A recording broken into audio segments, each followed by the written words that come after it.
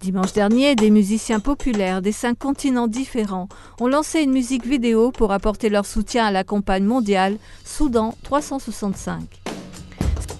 Cette vidéo humanitaire Beat for Peace a été créée par le batteur Jamie Kato en janvier dernier. Phil Selway, célébrité de la radio, Nick Mason du groupe Pink Floyd, Stewart Copeland du groupe Police et Will Champion du groupe Coldplay sont quelques noms parmi les centaines d'artistes qui contribuent à cette campagne. Le lancement de la vidéo est une partie du programme de la Journée mondiale, destinée à attirer l'attention des leaders mondiaux sur l'émergence d'une nouvelle guerre au Soudan. À Londres, près de Downing Street, la communauté soudanaise fait appel aux chefs de gouvernement anglais pour leur rappeler leur promesse d'aider à ramener dans la paix par un référendum sur l'indépendance dans le sud du Soudan. Le président du mouvement de la libération du peuple du Soudan, en Angleterre et en Irlande, dit que le Soudan a assez souffert comme ça.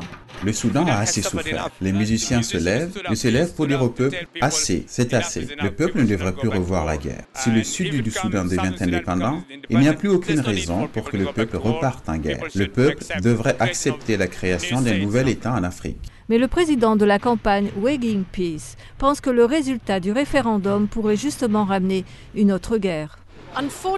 Malheureusement, il est très probable qu'une guerre éclate dans les 12 prochains mois. Rebecca Tinsley explique que tout est lié à l'argent et au pétrole.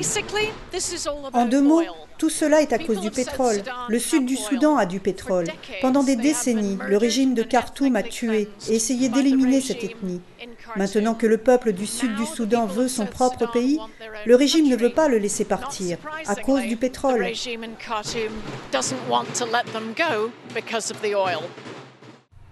Madame Tinsley dit que le gouvernement anglais fait des offres avant même que la paix soit assurée.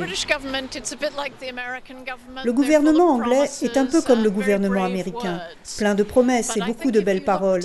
Mais si on regarde les actes, le gouvernement anglais a envoyé cette semaine une délégation pour encourager des échanges commerciaux au Soudan. Donc tout cela est une question d'argent.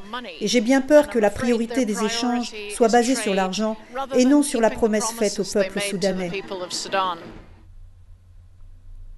Le sommet des Nations Unies doit se rencontrer à New York ce vendredi pour le Soudan.